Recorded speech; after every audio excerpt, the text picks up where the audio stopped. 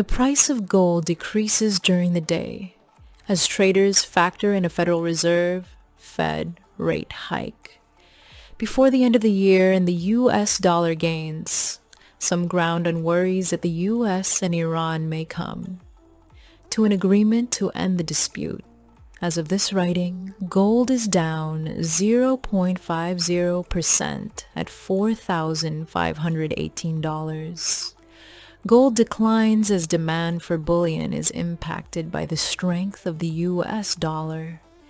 A Fed official's hawkish comments are supporting the greenback's pressure on the yellow metal. The U.S. dollar index, DXY, which measures how the U.S. dollar performs in relation to a basket of 6 currencies, is up 0.07% at 99.26.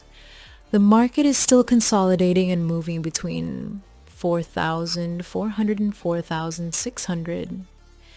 Middle East tensions continue to have an impact on the market, thus selling pressure in the medium term is still an issue. The following significant critical locations are identified based on the gold price's resistance and support areas according to the H4 frame.